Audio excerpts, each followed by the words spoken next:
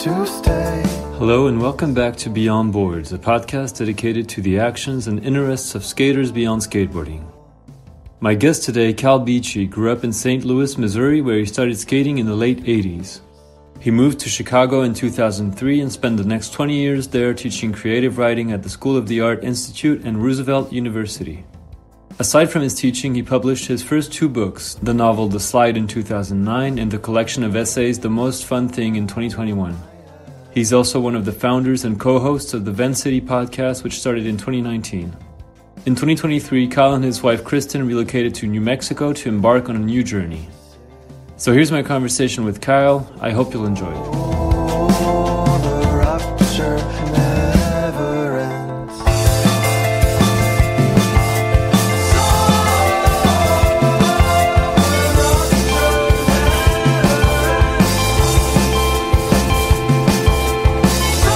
So I think you were born in the late 70s, so maybe 78, 79, I'm not sure of the exact year. And I know that you grew up in St. Louis in Missouri. Mm-hmm. And so you started skating in like 1986, which is, I think, a year after the first Back to the Future film came out. So I guess we could say you're a Back to the Future kid or a skater. I am. Who are the two? So who are the two? Greg Hunt and Burnett. Both of them were, right? Like those are sort of my peers, I think, in that regard, which is a really good crew to be among. Yes. I think there were a lot of us who were very influenced by Marty McFly cruising around and somehow looking cool despite it all. Yeah, absolutely. Yeah, and there's probably a bunch of other ones, maybe not among my guests, but definitely there's a whole generation of skaters that have picked up a skateboard thanks to that movie. Yeah. And so I read also that you moved to Pomona in California and you studied philosophy out there between like 97 and 2001, more or less. That's right. And then eventually you moved to Chicago in 03, I think, to pursue your studies, but not in philosophy. You did an MFA, Master of Fine Arts, at the School of the Arts Institute of Chicago. Yeah, that's right. So you did that for 2 years, between 03 and 05, and eventually you actually got a position at that same school, at the School of the Arts Institute. Mm-hmm. And you started that in 05 and all the way until 2010.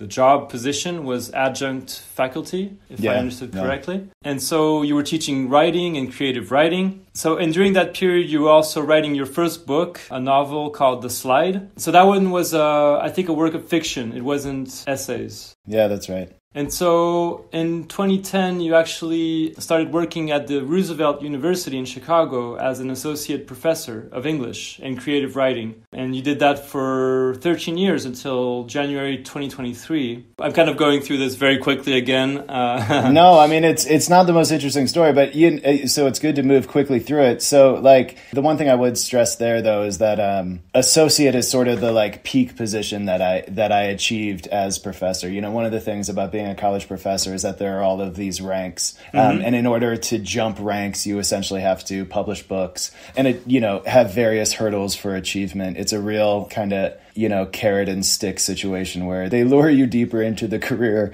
by way of very, very small pay raises, but, increased title. So I started as a visiting writer and then I was assistant professor. And then by the end, I was an associate professor, leaving only full professor on the horizon, which, we can talk about academia maybe at some point today. Yeah. But, at a certain point, the prospect of any sort of promotions becomes a little less and less of a kind of existential draw. So at a certain point, it got to be like, okay, now what? But yeah, that was it. Roosevelt was a very different school than the School of the Art Institute. And it was also by the end a very different school than the school that hired me in 2010. Mm-hmm. So, but yeah, in Chicago, that was it. It was basically go there for school, find your way into a series of part-time positions. You're kind of like a bounty hunter more than anything. You go in, you teach your class, you get out. And then if you're very, very fortunate, which I was, you find yourself a full-time position. So that was a considerable stroke of good luck to fall into that position. But yeah, I had that until we left last year in 2023. Right. Okay. And also I want to mention, so recently you published that second novel that we were talking about, The Most Fun Thing, which in this case is a collection of essays focused on skateboarding, but not exclusively on skateboarding. It addresses a range of topics. Mm-hmm. And that one you wrote, I believe, in the course of 10 years, more or less, like between 2011 and 2020. But I think actually half of it was written in the last 6 months or something like that. So yeah, it was a long project altogether, but actually most of it was written in a short amount of time. Yeah. And so that was published in 2021. I should also mention, of course, like most of the listeners tuning in will know you from the Vent City podcast. That started in 2019. And so I believe all the hosts are yourself, Ryan Lay, Kristin Ebeling, Ted Schmitz, Ted Barrow, Alex White. And Adam Giacomundo. Adam, Yes. his rap name is Giacomundo. To us, he's Adam. He's, an incredible asset, an incredible addition to the cast. He has in some ways completed us. Yeah. Maybe we'll talk about podcasting as well. But yeah, that's a fun podcast that I love tuning in for. And what else? I think that's it. I think those are the big hits. The only thing I would add is that in that last year, actually in the same time that I left Roosevelt University, I also was very fortunate to start a collaborative project with Alexis Sablone and Tina Post, who is faculty at the University of Chicago. And we got to teach a class at the University of Chicago, which was kind of like the icing on my Chicago experience, to get to teach at such and we can talk about this also, but it's one of the realities of being a professor is that there are, as I think I alluded to earlier, there are all of these kind of layers, all of these levels. And, at the top are the sort of most elite and most prestigious schools. And so having spent the bulk of my career at a very small liberal arts school that struggled for money, but had an incredible mission at the core of it towards social justice, to be able to, at the end, teach this class on skateboarding at the University of Chicago was just like a very stunning reality. So I just want that sort of like final piece of the cake there at the end of the Chicago experience was being able to teach with two incredible colleagues at a really wonderful institution. Yeah. That must have been awesome for sure. Yeah, it was good. And so let's get into the friends questions. Let's see. Hey, Kyle, it's Indigo from Australia. My question to you is, if somebody was to make a film about your life and your memoir, who would you like to play you? Which actor? All right. Thank you. Can't wait to hear the show. That's a great question. Thank you, Indigo. Indigo rules. Yes. I think most people know that by now. The funny thing that happens when you are selling a book is that one of the first things that a publisher does is like run it by whoever they have to see if it has any potential for being a film. Really? And oh, wow. With my first book, The Slide, there was some chatter. And in fact, I will never forgive John Hamm, the American actor from Mad Men, who came real close to optioning that and turning it into a film. And so he is forever on my shit list for not doing that. But, with The Most Fun Thing, there was no threat at any point of it becoming a film. It was very quickly, it became clear that no, there was no interest in Hollywood whatsoever for this story. So it's a really bizarre thought experiment. I mean, I don't know. What's the name of the kid who played Jay Adams in the Terrible Z-Boys movie? What is his name? I don't know. I'd like someone who's was a child actor who's grown up into a sort of awkward middle age, right? We haven't seen him in a while. He no longer has any star appeal. He's just sort of vaguely familiar. That's who I'm looking for. So yeah, someone who's already pretty much run the full length of their acting career and finds themselves now kind of in a weird place. So yeah, that would be my someone who you see on screen and just sort of vaguely recognize. Here's a thing that might be a theme going forward for however long we're talking today, Quentin, is that I don't have. I say it pretty clearly in the book that my memory is shit, and that's always been the state of my life. But also, as I've achieved middle age, I've also it's gotten a lot worse. And the worst thing for me is name recall. So I will, at some point in the next day or two, I'll remember the name of that actor. But there will be 1,000 times in the next hour where I try to come up with someone's name and I just don't get it. So apologies to Indigo, but I hope that's a good enough start. Yeah. Someone we vaguely remember and don't really know or care why. That's a good answer. I like it. Great. That's funny, that thing you mentioned with memory, because I don't have a good memory either, but I have a good memory for names. Like I remember names of skaters, I remember names of, I don't know, brands or anything associated to skating. I have a pretty good memory for. Are you good at it? Is it because you associate them with images? Like, is it that I know this guy's name because I can think of, or I know this person's name because I can think of a clip, a particular photo? Like, what is it, do you think, that works for you in skating? Because I think a lot of people are very good with skater names. I had to this morning go and remind myself of Ethan Fowler's name. You know, I was thinking like, hey, who was that guy who said the really incredibly racist things into Benny Fairfax's ear? Like, oh, Ethan fucking Fowler. So I'm always impressed with skaters who are very good at it, and I always have to kind of defer. Yeah. I don't know what's driving my memory, if it's audio or video or images, but I think it's very selective. Like I have good memory for skating. I have good memory for movies. Like I'll remember names of actors, directors really easily because I love cinema. Yeah. But that's pretty much it. Like you ask me about anything else, like my memory is really shitty. So it's very, very selective. But yeah. Well, thank God we all have these phones in our pockets. You know, we could just that's no part of the problem. Maybe it's we rely on Yeah. it so much that we never need to remember anything. But Yeah, I think so. All right, so let's do the next one. So this one is from. So I'm gonna butcher his name, and I'm very sorry, but I think it's Dan Piquard. One of the best, one of the world's great dudes. Yeah, Dan Piquard, as in Captain Jean-Luc Picard from the Starship Enterprise. Spelled different, but very similar spiritually in their hearts. Cool, and so he's I think a friend from Chicago, right? Yeah, good, dear friend. Hey Kyle, Dan here. Well look, we all know that Kyle is an accomplished writer and determined skateboarder, and it's well known that as a pool player, he can often hold the table at a busy bar late into the evening. It's even been muttered around Wrigleyville that for a Cardinals fan, he's not so much of a son of a bitch. So it's not worth asking about these things. So my question for him is this. As a member and staunch advocate of the Art Institute of Chicago, if you could heist one piece of artwork from the museum and hang it in your future home, what would it be and why?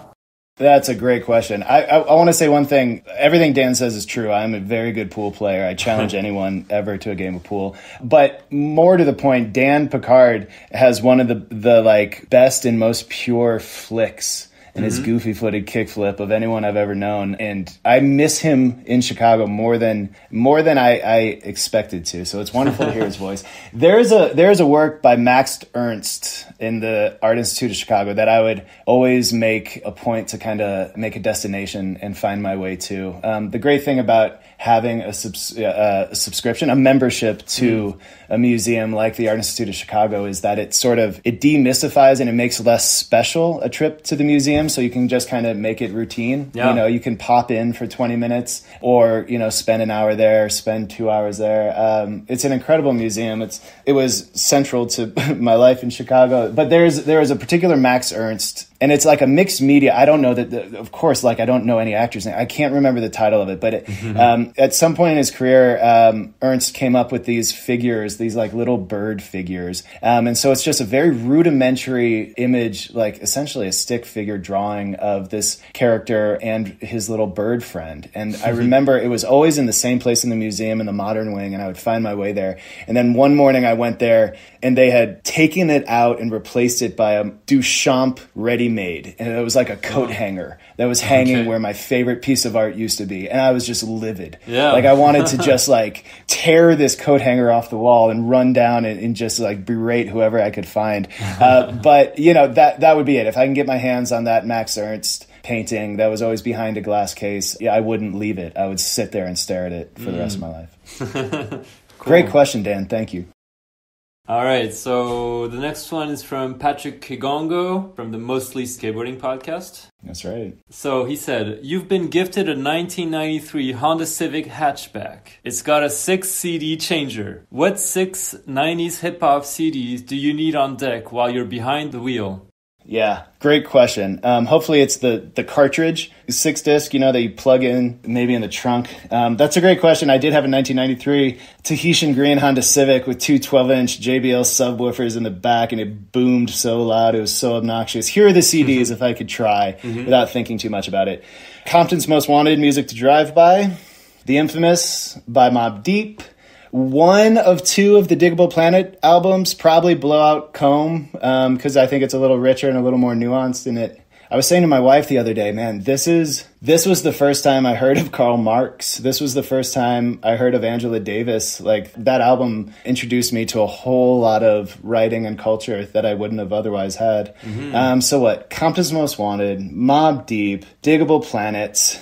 Oh, there'd be one Hyro album, so it would either be No Need for Alarm or Souls of Mischief, 93 Till Infinity. It'd be one of those two. Oh, there'd be a Wu-Tang album. Which one? I don't know. Probably Liquid Swords if I can go that late. But otherwise it would be either the original, 36 Chambers, yep. Or it would be the ODB album, which was sneakily, that first ODB album was sneakily that song Snakes was like untouchable. Who am I missing? The first Common Sense album. Oh, I'm sorry, not the first Common Sense album, but Resurrection, the second Common Sense album, not Can I Borrow a Dollar? Resurrection by Common Sense, final answer. Those are my 6. I like Pool. I challenge anyone to give me 6 better albums. Cool. Great question. Thank you, Patrick. All right, let's see. This one is another audio one. Kyle, it's Cole. Hello. I have 2 questions for you. I think they're kind of related. Feel free to answer one or both. Do whatever feels right. It is your pod. So, what role does writing play in the, for lack of a better term, skateboarding media landscape? And what do we get out of writing about skateboarding seriously? God, I love his voice. I love Cole's voice. He has a cool voice, yeah. Yeah, he does. I've had a couple phone calls with Cole, and they're both just treats. That's a great question. I think so. The 2 questions are basically, why do we do it? Like, what does one get out of writing about skateboarding? And secondly, like, what does skateboarding get out of people writing about skateboarding? And I don't know which of those is easier to answer. I think I could say, I'll start personally by saying that, I think for most people for whom writing becomes a serious practice, the reason it becomes a serious practice is because there's a nature of thought that we can't access unless we do it by way of that procedure, that activity of writing. So, it's one thing to sit, cross-legged in a chair and stare off in the distance and consider a thing, but it's a very different thing to try to put words to it. And not just words, but, make sense of it. Like, the real thing that writing is, it's not just labeling things, it's developing relationships, right? Like, what a sentence is a kind of relationship. Sure. This noun has this sort of action, this cause has this sort of effect. Because of this thing that has happened, therefore this other thing has happened, right? And so when you are making sentences, when you are communicating like we are right now, what we are doing are making claims about the world. We are making arguments. And that argument can be as simple as, I think this thing is more interesting than that thing. I think Common Sense's second album is one I would want to listen to more than his first album. Like, we're voicing preferences. We're finding, even by the end of the sentence, we find that we have landed on a preference or a belief that we might not have known at the outset of that sentence, right? Like, that's the beauty of conversation. It's why we have to be in the presence of each other and having beers and talking and having no goal. Having it be open-ended, allowing ourselves to meander through whatever points, the following sentence might lead us to, right? There are associative movements, there are associations, and you can't discover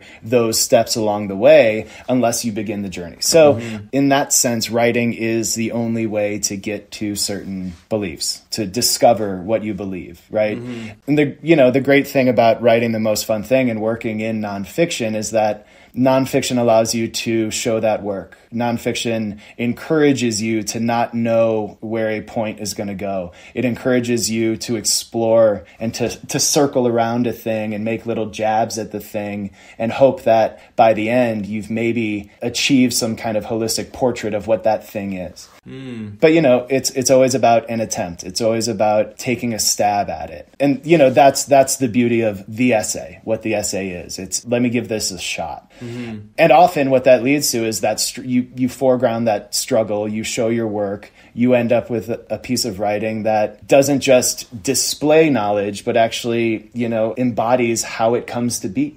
And mystery and frustration and failure and all of these things, they're part of the essay, which is maybe a really roundabout backdoor way of getting to the answer to the second question, which is like skateboarding benefits anytime it...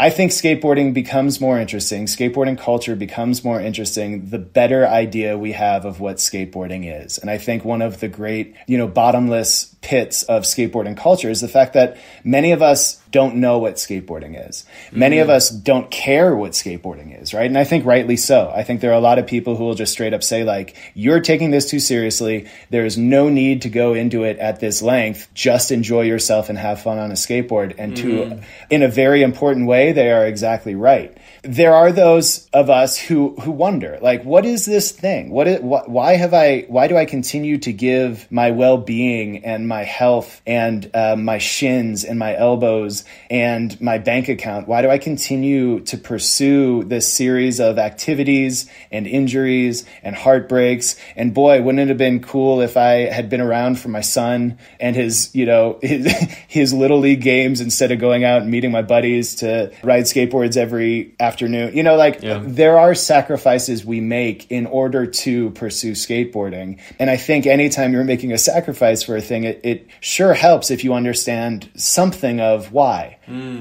And that could be what is the thing I'm sacrificing for? Or what is it about me that requires this? So back up a step. I think skateboarding benefits anytime we do a little better to frame it. Like, what is this? And a lot of times that just means comparison. Skateboarding is like dance. Skateboarding is like jazz. Skateboarding is like yoga in some key ways. Skateboarding is like going out. Is it like snowboarding? Well, in these ways it is. But importantly, in these ways, it's very different, right? I mean, the way that we come to understand anything often is by comparison. Metaphor and analogy. That's the work that we do. And so, you know, I think it could be argued, and there are certainly those who are very vocal about this, about saying like, hey, this is not doing any good for skateboarding, taking it this seriously. You know, we have one of these writers in the world. We sure don't need two of them. And I think that's the wrongest thing I've ever read. Like, I think skateboarding is a special enough thing that it deserves all of the attention that we could possibly pay it. I think there's something very, very magical about what skateboarding in it is. And I think, you know, maybe to frame it in terms of Cole's original question, and this will wrap it up, I think what skateboarding culture benefits from are everyone having their own relationship to it and pursuing that relationship as far as it can go. You know, and if as far as it can go is, I like this, I like doing it, I'll do it for a few years and then I'll move on, then so be it. That's what it is. But for those of us who are like, gosh, I sure have given a whole lot of my life to this thing, I think we owe it to that thing to consider why and consider what it's given us. Yeah, absolutely. I don't remember where I saw this, maybe in the Free Skate Mag interview you gave with Will Harmon and Nick from the Palomino a few years back when you released the book. I think you mentioned in that interview that as you were working on The Most Fun Thing, you were also working on a fiction, like a novel about skateboarding. Yeah, a novel proper. Yes. And earlier in your answer to this question, you were saying that, well, if I understood correctly, that basically essays kind of offered a freedom that fiction maybe doesn't offer as much or differently, perhaps. And yeah, I was just curious about this novel that you were working on and how was it working on that compared to The Most Fun Thing. And in that interview, you were saying that at one point it seemed like it was a struggle to work on the novel. And so it was at least becoming difficult. Yeah. And so for a little bit, you focused on The Most Fun Thing and to see skateboarding with that lens or to write like in that kind of frame, it made it easier for you. And so, what are your thoughts on that like now? Well, I mean, now I feel like profound kind of cosmic relief that the work that I did along the way, starting writing these essays, and then, as you said, that sort of sprint in the last 6 months, I feel very good that work turned into a book that is the most fun thing. Maybe the easiest way to get into this is to say that there are people who are really good storytellers in the world, right? And skateboarding has a lot of them, right? Like if you've sat down with Jim Thiebaud, or you sit down, I mean, Ted Barrow is an exceptional storyteller. Yes. Like everyone knows someone who's a great storyteller. I am not that. Like I've never been a good storyteller. I don't have that sort of instinctual sense of movement, of escalation, of, a lot of it's like telling a joke. It requires really good timing. I tend to be a kind of person who gets much more caught up in the weeds of a thing, like the caveats, the tangents, the sort of loops that, well, let me go and do this thing and then we'll return to the original story. Or like, oh, one thing I forgot to tell you was that this person has, bright blue hair. Or like, like my instincts as a storyteller are not very good, nor am I a particularly creative person. I'm not someone who is hit by inspiration in the middle of the night and I'm like, aha, I've got it. This will be the best science fiction story ever told. Like that is not my relationship to writing. My relationship to writing starts with language and then gets very quickly into the stuff we were talking about earlier in terms of sentences. Like I really think the sentence is one of the most incredible technologies mankind has ever come up with. I think it is limitless. I think it is a mystical kind of like wizard's wand that we have to make meaning out of all of these different pieces in all of these different shapes with all of this rhythm and sonic qualities and so on. So in a typically very long answer, what I'll say is that like I'm just not a good storyteller. Like Walker Ryan, who it sounds like he's just finished his third novel, is a good storyteller. He writes the story. He does not find himself in the middle of a scene considering the, existential complications of his character's footwear. He just doesn't do that. I am a person who does that. Like I am a person for whom getting into a novel is a really radical commitment and very much for me a process of sort of putting blinders on myself and restricting things and narrowing them. And I'm just not very good at it, right? Like I have developed a pretty good relationship with the first book I wrote when I was a much younger person, and I continue to work on novels this morning. It is what I also like, and maybe this gets into a skateboarding parallel, like I'm also just really, it's all I want to do. All I want to do is write novels. All I want to do is skateboard. I'm not particularly good at either of those things, and yet I keep wanting to do them. And so, what the most fun thing gave me was a kind of release for all of the stuff that it turned out what did come a lot easier to me. It was easier to me to write essays. It's easier to me to think about the sort of philosophical underpinnings of footwear than it is to create a character and move that character from a beginning to a middle to an end. Yeah. But I mean, maybe, the thing I would stress is that it's all I want to do. Like I still do it, and it's the work I do every day, and it brings me tremendous satisfaction while at the same time also making me constantly feel like I'm failing. Yeah. I was listening the other day to this interview. You did a podcast with, I didn't write it down, but it was, I think, the Roosevelt University podcast. A couple years ago to talk about the most fun thing. And I think at some point in your conversation with the person who was interviewing you, you said you were talking about writing habits or like developing a writing routine kind of. And I think you mentioned that you usually, at least at that time, I don't know about today, but that you would usually write a couple hours in the morning, like you would wake up pretty early, like around 6:30, and then write for a couple hours and then get on with your day and do all the other stuff you need to do. And sometimes in the evenings, or maybe most evenings, you would write for an extra hour. Yeah. And so is that something you try to stick to every day, or how do you approach writing? And because like I don't write myself, but the only thing I could relate it to is kind of like exercising. Like I go running. And I remember maybe at some point in the most fun thing you mentioned that you didn't like running or something, and I thought that was funny. I don't know. I love it personally, but and so I try to do it every couple days, and that's kind of the only thing that I do very regularly. And so how do you approach writing today, and do you try to keep a very strict kind of daily routine of writing?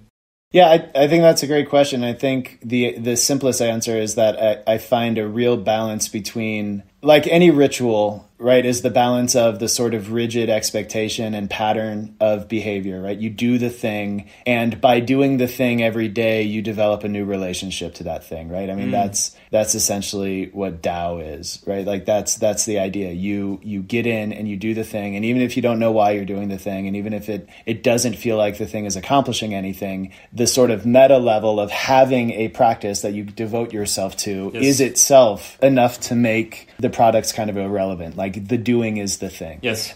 So I believe that. I believe that the doing is the thing. I also have, as I've gotten older, really broadened my definition of what counts as writing. Okay. If it were, there are times I put myself on a word count where I say every day I'm going to get 500 words done. And if I'm not doing that, then I have to come back to the computer to make sure I get 500 words done in a given day. Recently, it's been less of that. Recently, it's what writing means to me and what I do in the morning, which I do continue to have my sort of schedule of getting up at 5:30 or 6 or whatever and making tea and coming and sitting. And, the great thing in New Mexico is that the sunrises are as amazing as the sunset. So you sit here and you read your book and you drink your little cheap English breakfast tea and the sky is suddenly just this outrageous color of pink, and it lasts about, maybe 60 or 70 seconds and then it's gone. So, there are all sorts of rewards for doing it. But my point is that, like, I don't have to be writing all the time. I could be jotting myself notes. I could be sitting with a manuscript that I'm editing. I could be just reading, I'm reading this John Berger novel right now called The Wedding. And it's just the most lyrical and beautiful book I've read in years. And I'm just savoring it. And so I spend an hour with a few pages of that book and really get in there and think about what he's doing. Like, what is that if not writing?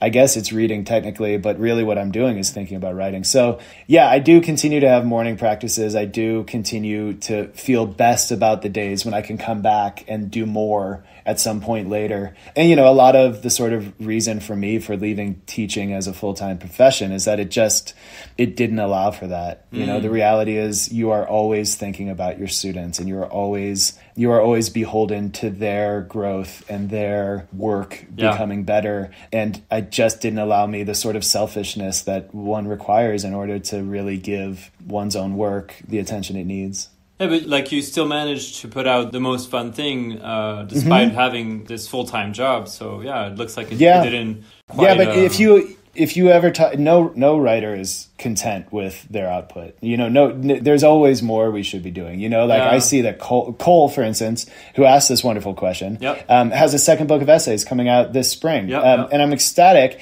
but there is a part of me who's like, you fucker, like how in the world did you do that? And I know the answer. I know that, I hope his boss doesn't hear that, but I know he has a day job that he can kind of sneak in some work during and so on. And it's, that all of us are just looking for the way to find the balance with our particular situation. And the challenge is, of course, that situation is changing all the time. So you're always adapting. You're always finding ways to get the work done. The people I know who raise kids and write books are just like, it boggles them. I have no idea how they do it. So, but they do. I mean, like, to your point, they do. You get it done. If it's important enough, you find a way to do it, and you adjust your own sort of practice to the shape of your life. All right, so let's do the next question. Hey, Kyle, it's John, and here's my question. If skateboarding went away tomorrow and you couldn't do it, think about it, write about it, whatever, what new interest or activity or hobby do you think that you would pick up to fill that void? Thanks.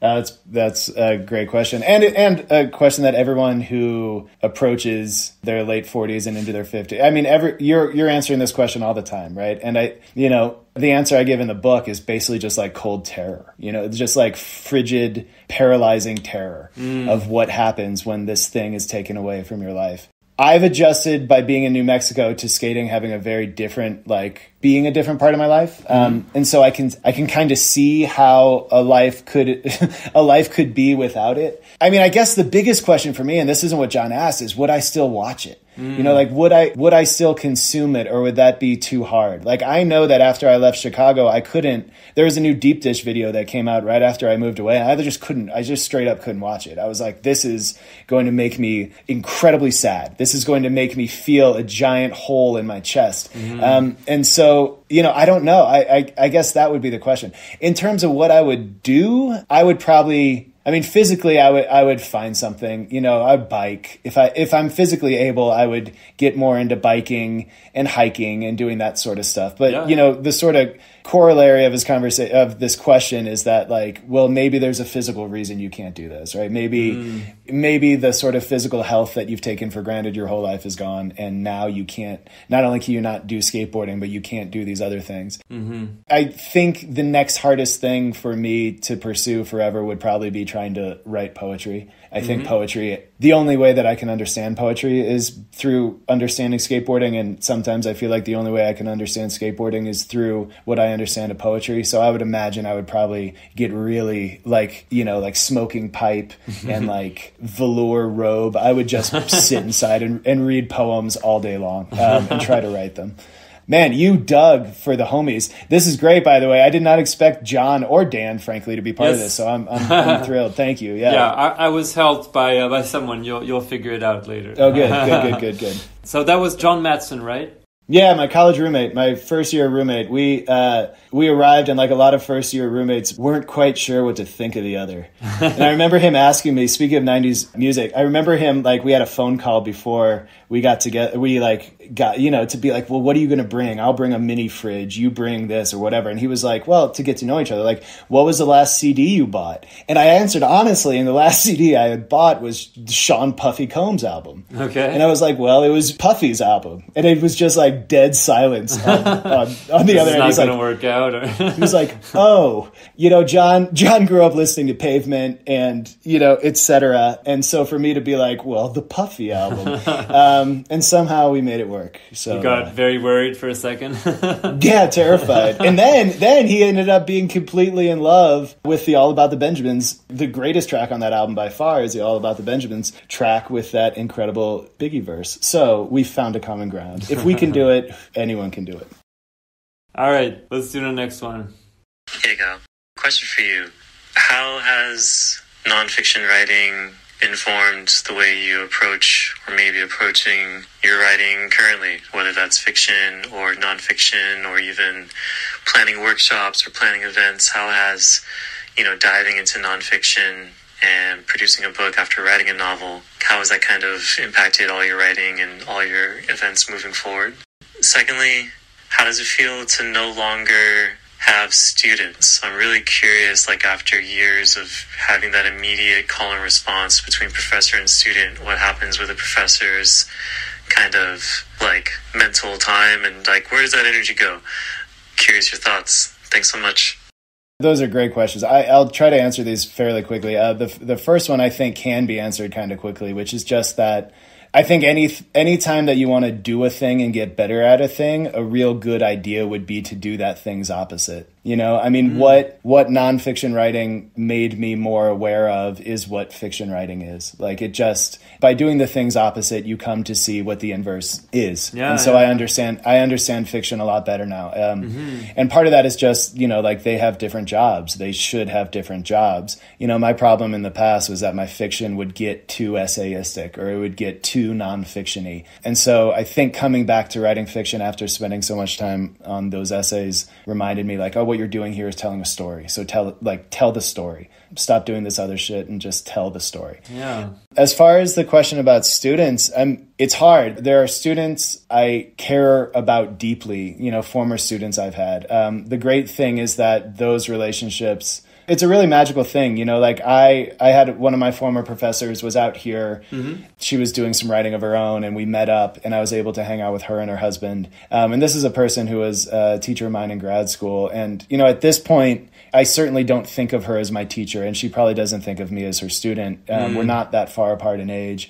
We've spent much more time as friends than as anything else that we ever were. But there is that sort of vestige. There is that sort of core of the teacher-student relationship that'll never go away. Sure. So, you know, I am lucky that I have a few students with whom I have that relationship. I was a pretty private teacher. I wasn't always available. You know, I made pretty clear, like, hey, look, part of what it means to be a writer is to have some boundaries on your life. And as such, I need to have my own boundaries so that I can do my work even as I'm a teacher. And, you know, to the detriment of my, I think, effectiveness as a professor. I think for me, it became really hard to reconcile what is required of a really good professor and the things I know I needed to do. And so, like, really one of the main reasons I got out of teaching was I felt myself like, oh, I'm going to be a bad teacher. Like, I'm going to start phoning it in. You see how it happens. You can sort of feel it happening and you think like, God, if I'm still teaching this class in 20 years, I'm going to be like completely checked out. And I didn't want to be that. I miss having students. This is not the most honorable answer, but I'm a pretty vain person. You know, I really like having people's attention. I really like looking out and seeing that people are listening to me. I really like believing that the work I've done to prepare a lecture is being sort of reflected back at me with them taking notes or asking questions or having discussion, however it goes. And I also really miss the sort of labor that was required to put together a 3-hour class, you know, like, and at the same time, I don't at all. Like, at the same time, I'm so ecstatic to never have to do that. You know, when you're a teacher, you are always thinking about your students. I've said that a few times now. It's completely true. So yeah, I miss my students. I trust though that the ones that I formed a relationship with will continue to have some nature of relationship going forward in the future. And if not, you know, if they don't need me, if there's nothing I can do for them, then, you know, I don't think we need to have a relationship. No, for sure. You know, I mean, if I gave them something and they can now go off and not need me anymore, then that's actually kind of ideal. So I don't know. It's complicated. It's a good question because it's complicated. I know that I have felt the loss in my life of being a professor, like in terms of my identity, to not be a professor anymore continues to be a weird thing.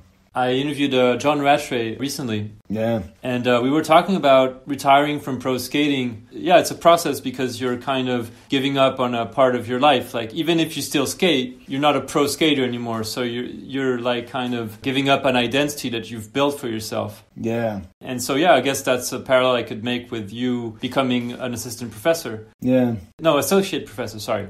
Yeah, but that doesn't really matter. I mean, your point is a bigger one and an important one, which is like, where does identity come from? You know, and a lot of the questions of what the most fun thing is trying to do is, you know, what is it to be a skater? You know, the great perfect answer, the Ted Schmitz answer is that, I don't know if it's 10 days or 2 weeks, but I think it's, if you haven't skated in 2 weeks, you're not a skater anymore. You're just not a skater. You can get it back, though, very quickly by just going out and riding a skateboard. But, you know, like the sort of core of that humor is that, like, what makes a skater? What makes an artist? What makes a professor? What makes a father? You know, like all of these sort of vague categories that we have that, even though they're completely vague and undefined, I mean, we could say, here's what a father is, but really it's not just having a kid. It's performing these responsibilities. It's being there when the kid needs you. It's in having some relationship, if the person is around, with the mother of the child or the partner in raising the child, right? It's all of these inchoate and, you know, really hard to define kind of qualities. And so, you know, again, back to the earlier point, when you find those things gone, it would seem to me the best thing to do would be able to name, like, well, what is gone? Like, what is the thing that's gone? And it's not identity that's gone. It's identity as a skater. It's identity as a professor. And so then it's like, okay, well, what was it? What did I get? And so when I say like, oh, I'm kind of vain and I really got a kick out of my students' attention, like that's something I had to admit to myself. And it seems important to be honest about that and say like, there was this sort of constant feedback of being told that the words that I'm saying have some sort of meaning to someone else. Like that's a hard thing to lose. And I would imagine for John also, it's led to some very serious questions about like, well, what was skateboarding to me? And I think in John's case, and not to go on too much of a tangent, but like for John, what we've seen is an incredible dedication to helping people with mental health challenges, helping people who find themselves in suicidal states, like finding ways to use skateboarding. And so, you know, it seems like one of the things John realized in his, and I know John a tiny little bit. I've enjoyed every interaction I've had with him, but I would imagine that one of the things John realized that he got out of skateboarding is now what he's funneling into this other thing. So to get back to the earlier question, well, what is the point of writing or thinking about skateboarding? Part of it can just be simply to know your relationship to it so that when you don't have that relationship, you can find it somewhere else. All right, so let's do the next one. This one is from Iain Borden. Great. What an honor. I'm sorry, before he asks his question, let's just please, can we call him like the godfather of all thoughtful skateboard writing, Iain Borden? He sure is. I mean, what an absolute legend. Okay, please go ahead. Yeah, so he asked, what do skateboarding and writing share in terms of the creative impulse? I think that's a great question. I'll maybe answer it by going back to a thing I said earlier, which is that I'm not a particularly creative person. I would say when I was at the Art Institute that I was the least creative person at that whole art college, and I don't think it was super wrong. I also don't think I'm a particularly creative skater. You know, like I don't see a spot's possibilities in the way. I have a friend named Jesse Ward, who's one of these people who everyone in America sort of has 2 degrees of separation from Jesse Ward, this guy who grew up in Michigan and lived in Chicago for a while and now is in Brooklyn. He's a great skater. He's an incredibly sweet and thoughtful and sincere person. He's very creative, but like everyone somehow knows Jesse Ward. But in any case, Jesse is one of the most creative skaters that I know. Likewise, there's a guy named Scott Gall, who's just another kind of legend of the Midwest who finds his way around. And like, these are people who I think of when I think of creative skaters. They see a spot and they manipulate the spot and their body and their board in creative ways. I don't do that. And part of that is because I have a limited repertoire, like here are my tricks. And, you know, at a certain point, that's it. This is what I have to work with.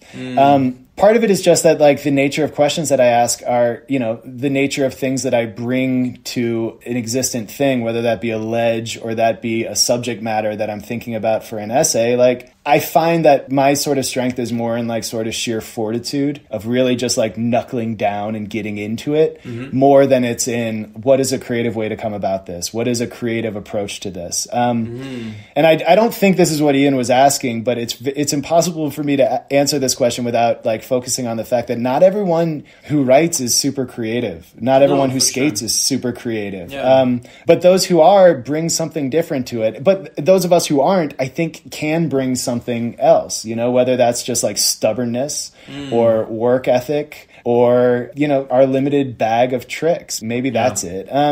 So I think, you know, the impulse behind Ian's question is a good one, which is that they're similar. They're very similar. I do approach skating the same way I approach writing, and I wish sometimes that it was a lot more creative. And I'm very grateful to those who are creative, either as writers or as skaters, to just be around them and kind of absorb that energy a little bit, because it does feel to me like a totally different project. Like skating with Scott Gall or skating with Jesse Ward is not the same as skating with me. It's just not the same thing. Yeah. No, it's interesting because like creativity is, I mean, it's very subjective or like just hard to define. Like when I think of creative skating, I'm thinking of people like Albert Nyberg, this guy who skates for Sauer, or like Chris Haslam, or of course Rodney Mullen back in the day. People who skated differently, have a large bag of tricks maybe. But then you can also consider Leo Vaus as a very creative skater. His bag of tricks isn't necessarily as impressive, but his approach of spots and the tricks he decides to do them, how he films them, this is all very creative. And so I guess, everybody's creative in their own way, and probably goes the same way with writing. But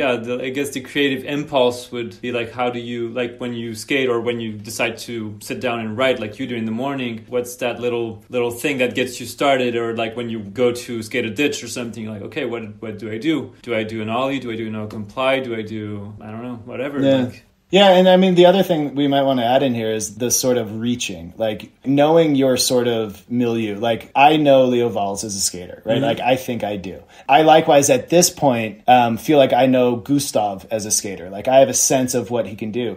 But the thing that's best, both in artwork and in skateboarding, is like when someone surprises you, when someone operates suddenly outside of your expectation of them. That's when you make a sound at the screen. Like, that's when you're watching Sauer Power Solution 2 and you're like, oh, fuck, like I had no idea, right? Like that's what it is. Yeah, that's true. Yeah. And which isn't just purely creativity, you know, that's, I don't think that's quite the right word for it. Like what it is like tapping into whatever you normally don't tap into, or finding a weird kind of dark corner of whatever your reserves are and seeing like, well, what about that? Yeah. Yeah, and I think you're right. I think you're right that like we don't have a definition for creativity, and we probably shouldn't. But also, you know, I don't quite know what that thing is. That's sort of what generates surprise. What is the cause that leads to the effect that we call surprise? And I think it's like choices. Yeah. That's making me think of the chapter in The Most Fun Thing of about Dylan, because you mentioned in there that you were really surprised and amazed by the Dylan Gravis part that Greg Hunt made with him back in 2010 or around there. Yeah. Because like at the time, as you explained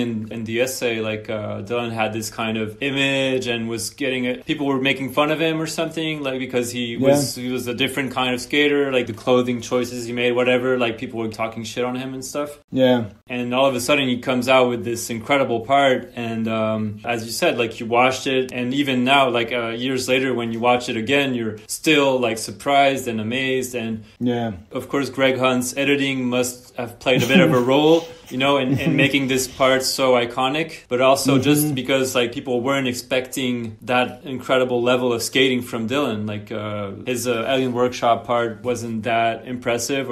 And so that part really came out of nowhere, and really I think a lot of people were like, shit. Like, and I think you're right, but I would say that there's even something like the surprise within the surprise, right? I mean, what really makes that part, I think, magical, and I think what makes, you know, I've read the novels of the American author Don DeLillo. I've read all of those novels, all of his work. There's no book I haven't read 3 times, right? Like these are the works that I find to be continuously and regularly rewarding. There's always something new in them. And I think there is a way that Dylan part, you know, like he does that frontside tail slide on that ledge that runs downhill and the kickflip out. And every time you see, I mean, the first time you see him get onto that ledge, the first time you watch that part, you know he's going to kickflip out, right? Like you can tell. And one of the most like depressing realities of skateboarding these days, it seems to me, is that you watch someone get onto a super slick ledge, you watch them shuffle their feet, and you're like, here comes a varial heel flip. And then it's like, boom, here's the varial heel flip. And you think, oh, bully for you, my dude. Like I knew what was coming. I'm glad you can do that trick, but it doesn't alight anything inside of me. With that Dylan kickflip, the first time you see it, you know it's going to be a kickflip. Every time thereafter, you know even more it's going to be a kickflip. But every single time, it's like, holy shit, that is a huge kickflip out of there. And not only that, but he stomps it in that way that is him. And so like to be surprised by what you know is coming is the best thing in the world. To not be able to spoil a story. I want to be able to write a novel where I could tell you everything that happens and it doesn't matter. You know, I don't want to believe in spoilers. I don't want to think that a thing can be ruined. I think the greatest things we have are the things that we know what it is, and yet, despite knowing all that, we still feel ourselves this little jolt of like, holy shit. That's it. Like that to me is the goal.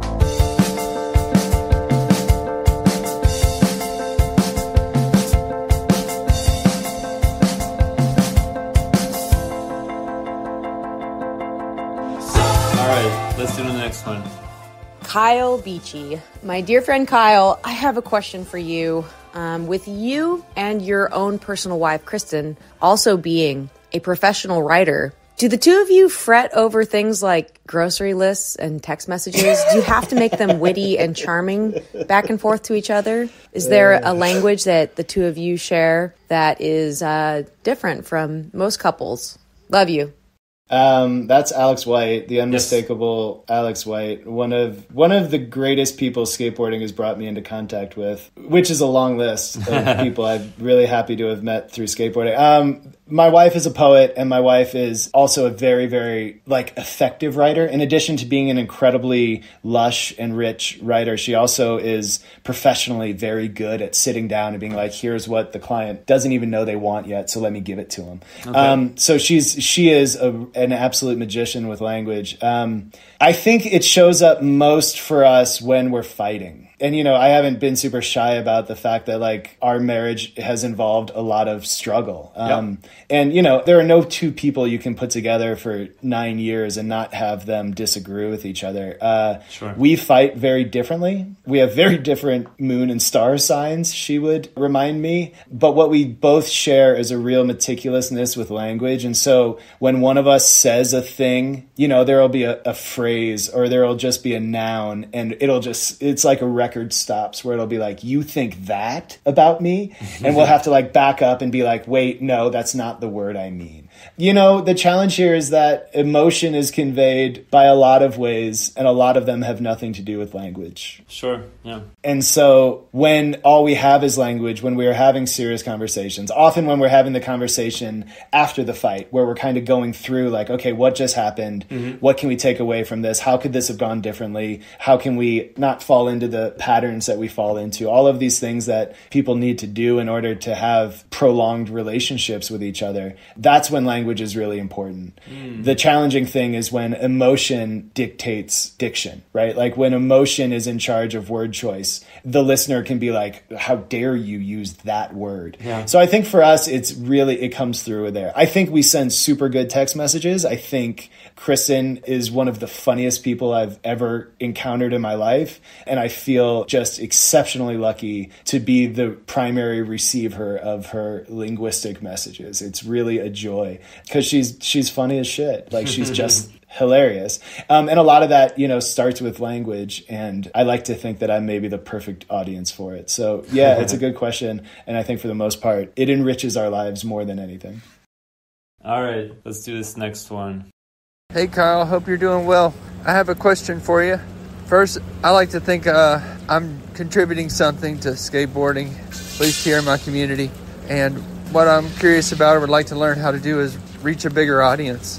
It seems that you guys at Slow Impact and Vent City and your book can draw quite a crowd, and I was wondering how to scale this thing and maybe reach a larger audience myself. All right, you have to help me with who that was. That was Jason Waters. Oh, hell yeah. That's wonderful. That's great. Jason is someone I've communicated with email so much. So Jason has written 2 books about his very particular, I hope this doesn't blow him out. But Jason has written 2 books about his relationship to skateboarding. And he is a person who was diagnosed with schizophrenia. Yep. I think fairly young. I think a lot of people who are diagnosed with schizophrenia happens in their early 20s. And he's someone who sounds like had a whole lot of talent. Like you watch him now and he's one of these sort of grown-ups who you think like, oh God, like, that sort of surprise is there where you're like, whoa, that's fairly proper for a guy I don't know very well. And so, I think the answer is that you just really continue to do what you do. I mean, the hard thing is that finding an audience these days has almost zero, like maybe pretty close to zero with having anything to do with the quality of the thing that you make. I mean, that's just the sheer reality of it, right? I mean, it's more than anything, it's access.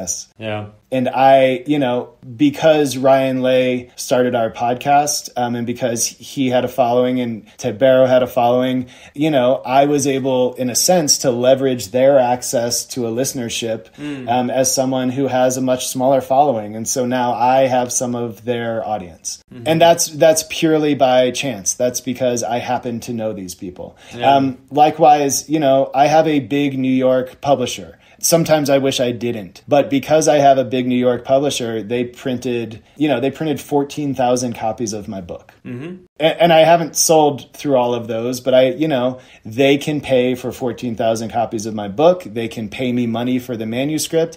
And these are all realities that authors who work with smaller presses or publish on their own just don't have. Yeah. I had access to a giant budget for publicity. I don't think they used it well. I don't think really it could have been all that giant. I'm disappointed with how they've done it, but I had access to a publicity machine. And so I guess the thing I want to stress is so much of scaling, so much of reaching an audience, so much of finding an audience has nothing at all to do with the quality of the thing you're doing. And I think what Jason has done in writing his 2 books is write the most honest and truthful accounts of a situation that is exactly his own. Mm-hmm. And so I'm afraid I don't really have advice for that. You know, there are people who do have that advice. A lot of them are crooks and hucksters, but like, you know, I would say that the rewarding thing is a lot less about the audience. You know, I mean, one of the things that I think most people who have audiences will tell you is that the audience itself isn't actually a reward. You know, the reward is making the thing, is doing the thing and believing in the thing. It's nice. You know, back to my students taking notes, it's sure nice when you look out and you know people are listening. And I know that there have been times when I've felt my darkest as a writer and someone has reached out and been like, hey, this meant something to me. And that does carry you, right? Like, I don't mean to suggest that, oh, don't care. Just try to do your best. Like, no, it matters. We need it. We need that positive feedback. We need to know that there is someone who is doing the other half of the conversation, which is listening. But I don't know. I've been really fucking lucky. Recipe. I've been really, I've just been really lucky. And I mean, I think what you do is you align yourself as much as you can with like-minded people. Yeah. And just hope that whatever you're doing resonates enough. I would, say personally to Jason, like, I think what you do personally is you keep telling your story because your story is a really good one and an important one. Yeah, and so I think his latest book, I don't know if it's the second one, but it's called Lightning Strikes Twice, A Skater's Journal of Life Beyond Schizophrenia. Yeah. That seems interesting. I'll try to get my hands on that. Yeah, that one and the first one, I mean, do what you can because they are. Shout out to Jason Waters for the work he puts in. All right, let's do the next one. Hey Kyle, it's fellow former St. Louis resident Sam Korman. I have a couple St. Louis questions for you. The first is, who are your 3 favorite St. Louis skaters and why? And the second question is, where is the best place to get ribs in St. Louis? Oh, geez. Great questions from Sam Korman. So I'm going to use this as an opportunity to kind of big up several skaters from St. Louis. If I had to choose my 3 favorite, Randy Placer is a dear homie, and I think one of the great talents to come out of St. Louis, and I think the industry did him kind of dirty. As at the time, the industry was doing a lot of people dirty who wouldn't commit to living in LA full time. I think if Randy emerged right now and had the talent that he had as a younger person, he would have a very different career. So Randy's up there. Joe Herbert is a friend of mine. Joe has final section in the St. Losers video. Joe is someone who I personally looked up to a whole lot as a skater and someone who has since become like a really dear friend. He and I went on a camping trip in October because he drives these Toyotas and he and his homies drive not Land Cruiser, 4Runners and Tacomas all over the desert. And he allowed me to kind of hitch a ride with them. And you can't spend 30 hours in a car with someone and not get into the muck of what life is. So Randy Placer, Joe Herbert. I mean, here's where things get really difficult. Jabari Pendleton is the right answer. Like, Jabari is just a singular skater, right? Has been a possibility model to all sorts of skaters. Like, when he was bigger bodied, there were skaters who were large who were just like, whoa, who is this dude? He rules. As one of several skaters to leave St. Louis and go to San Francisco, he kind of carried St. Louis with him, which I think was really important, as did Jason Whistler and Brad Johnson, like these guys who went out to San Francisco in the 90s and made a name for themselves. Now there's a skater there named Levon Conklin who put out a part with Free last year. If you haven't watched that Levon part from last year, put it on immediately. It's beautiful. He's, I think, getting some hookup from Theories and Theories companies now. Okay. The brothers who make everything in St. Louis, Gabe Kehoe and Alex Kehoe, these are just the best dudes. What I do want to say, though, that there is and then there's Tim Bruns, who skated for Hot Rod in the 90s and might have been the first person to kickflip back nose blunt a ledge. I actually have an interview with Josh Kalis and Tim separately where I've kind of tried to pin down who did it first. Okay. And Tim Bruns has this amazing story about trying that trick on one of the USC ledges and trying it and going back and trying it. And then the whole girl team shows up one day and like all get out of the van and they're sitting there putting together boards. And so he just feels this motivation and he lands this, what is, I'm pretty sure one of the first kickflip back nose blunts on a ledge, certainly on a proper ledge, on not a curb. And it's in, I think it's a hot rod industry section from one of the 411s. Okay. But there was a skater even less heralded and maybe more deserving than any of them, which was a guy named Jason Sides, who skated in the early 90s and was just like this savant from very deep southern Missouri, a town called Jackson, Missouri, which is down near Cape Girardeau. It's down near the Arkansas border and the Tennessee border. It's in the cuts, man. It's like deep country. Okay. He has a part in the 94 Gullwing video, which is called Revival. He has one of the first parts, and he's doing almost the whole part is switch. Oh, wow. A good deal of the part is in his driveway, and his mom is actually credited as a filmer. But he was basically, along with Rodney Mullen, doing switch 360 flips before anyone else. Oh, wow. So there's this guy in the middle of nowhere, Missouri, who just has switch 360 flips on lock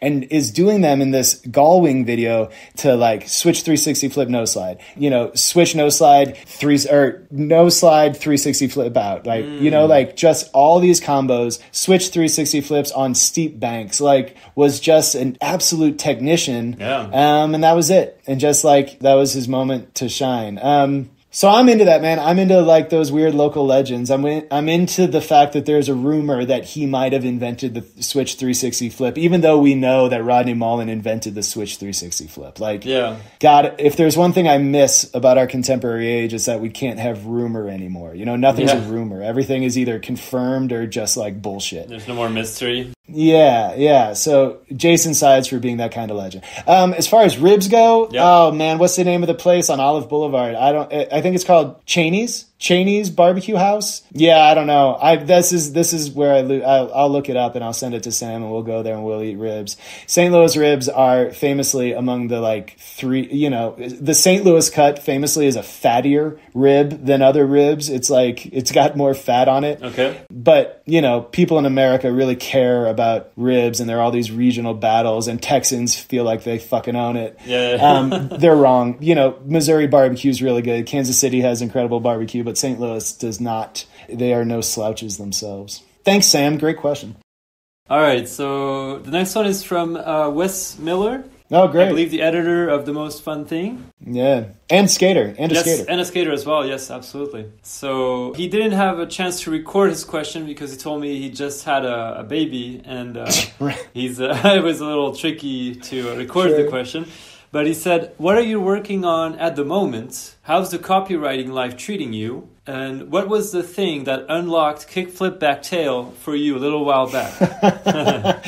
I'll start with the kickflip backtail, which is that I didn't unlock it. I did the first one of my life ever at Barrow Hall in New York, and it happened to be in front of Mark Suchu, who was there. Oh, wow. And Mark Suchu, this son of a bitch, says to me, that looked like someone who's never done a backside kickflip lucking into like the greatest moment of their life. And I was like, well, yeah, that's exactly what it is. So like I have a really, so there's a chapter in the book about having a bad kickflip, and I have a bad kickflip. I have like a Mark Gonzalez kickflip. I have what we now really derogatorily call a mobbed kickflip, but what really was just, that's how you flipped a board when boards were really wide and didn't have any noses. Right. I just never learned how to do a proper kickflip. My kickflips are grotesque. My switch flips are maybe a little more proper. So the challenge there is that I can't really do good backside flips, and as such, I can't really kickflip back tail. Mm-hmm. So I didn't unlock them. I've lucked into maybe 3 of them in my life. 1 in front of a camera, and 2 of them in front of like crowds of people. I'm so happy we're there to witness it. Yeah. So as far as I'm concerned, I never have to try ever again in my life.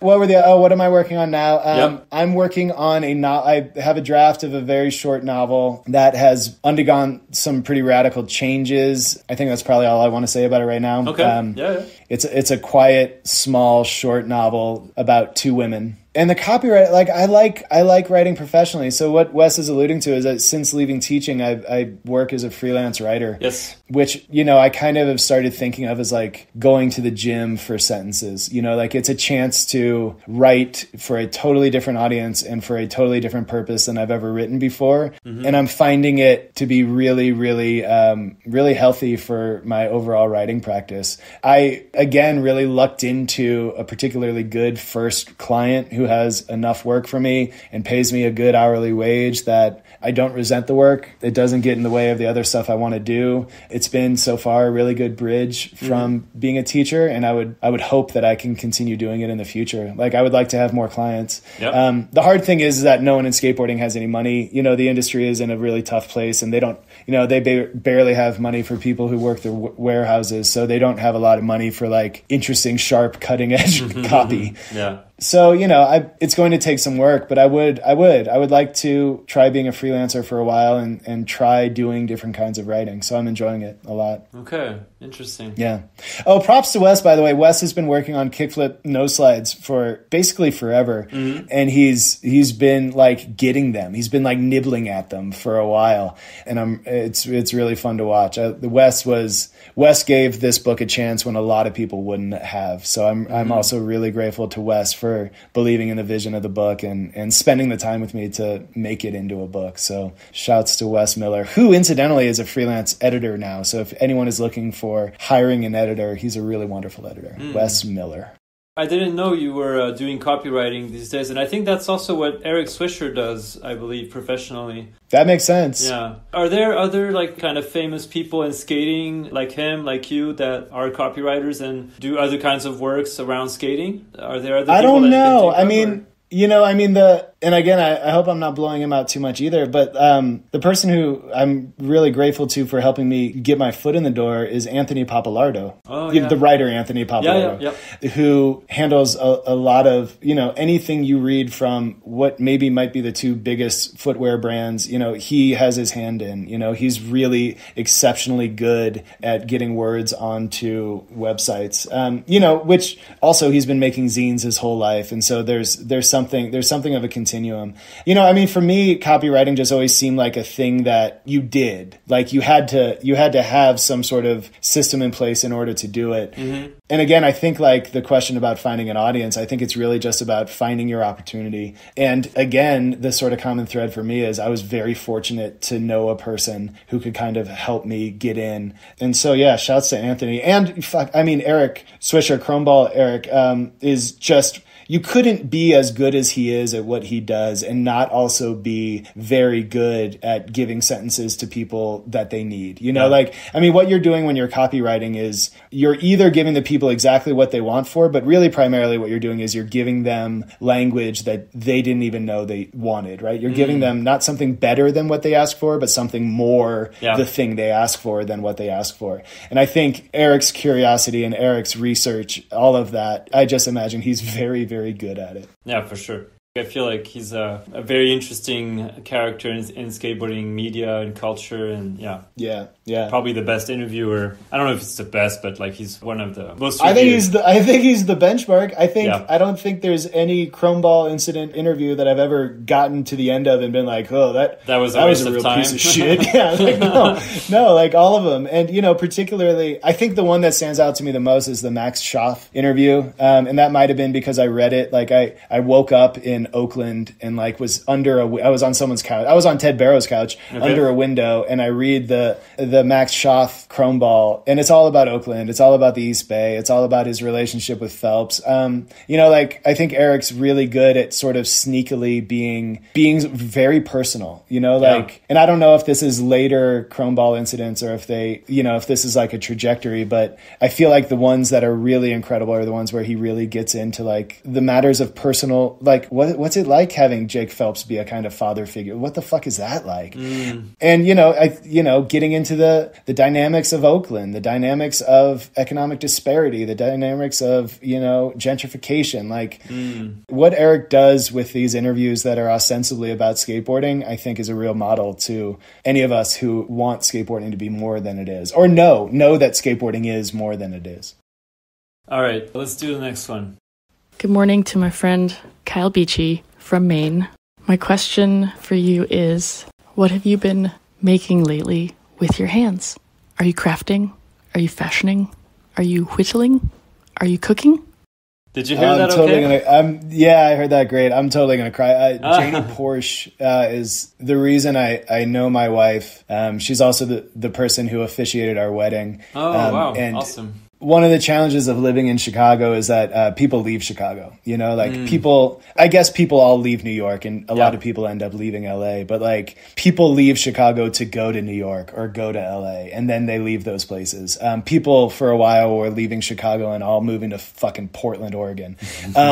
So one of the things that's hard about living in Chicago is that the people who you associate with the place are constantly leaving. And when Janie Porche, who asked this question, moved to Maine, it was a real blow. It was really, really hard because she's just one of the best people in the world. Anyway, Janie's question, I think the main thing I've been making with my hand is fires. So we have a fireplace in this house, and it's a kiva, which means it's a particular kind of fireplace, which is in a corner. Yep. And in order to light the fires, they're narrow and they're a small space. So it's like a vertical fire. You lean things against the wall rather than building a sort of square or whatever. Sure. So I've been really settling into the self-monitored and self-adjudicated art of making fires in this fireplace, which also means that like when I go out to the property that we own here, I'll like collect a bunch of, dead juniper or dead pinyon pine and throw it in the truck, and it's now kindling. So with my hands, that's the main thing I'm doing. The other thing I'd add is that we're like preparing to build a house. So we're also doing a lot of sketches and like thinking through how the house will look. Oh, that's great. You at some point you have to tell me how you've gotten a hold of all these people. I would imagine it's through my wife, but yes. These are great questions. Thank you. All right, so let's do this next one. Hey, Kyle. Big fan. I just have one question with a lot of setup. The longer we stay in skating, the more we see spots come and go. That includes many of our go-to meetups from childhood and other dope different phases of our life. One day, Barrow Hall will be gone. I know. When we think back to all the spots we miss, what is that prevailing emotion? Is it the loss of the spot and the potential moves and sessions that could have happened? Or is it the more common issue of just missing the past, of being younger, having more energy and excitement with the rosy tint that memory tends to grant? If that made any sense, please elaborate. If it didn't, well, just give me a nice skip. I respect you either way. Thank you. I'm a big fan always. That's Ted Schmitz, yeah? Yes. What a guy. What an asset. What skateboarding is better with Ted in it. Sure. I think it's a really good question. I think the second answer is probably the most likely one, right? I mean, memories are place-based. Memories are embodied. At least my memories. The memories that I hold on to are ones that involved my body being in a particular shape or moving in a particular way or being among other bodies in a particular, time with a particular energy between us, right? And so like when we say we're going to miss Barrow Hall, God forbid. But yeah, let's talk about Captain School in St. Louis, Missouri, which was a schoolyard, a blacktop schoolyard with a bank up to this brick wall, and there were these ledges. It was a rad suburban St. Louis spot. And like what I miss with that being gone is partially what the second half there, which is about rose-colored glasses and just the sort of acquired glow that memories have that they just sort of achieve, that as we all know can be very dangerous to forget what things were really like because of that glow. But I do think there is something about, I think shapes are really important. Like I really believe that the shape of Barrow Hall, and which for people who haven't been there, it's like this, it's a government building with these large stairs out front and these columns, it's just a typical kind of government building, but the ground is wonderful. The ground is granite. And so it's the stairway and you can skate the bottom stairs, but most of what it is just like open. The best skate spots that I've ever experienced are mainly just open. But what makes Barrow Hall cool is that in that openness, there's like this grate which is, you know, nothing except this sort of just visual cue. Like, I don't even know if you rolled over it, if it would really stop you, but you treat it like a gap.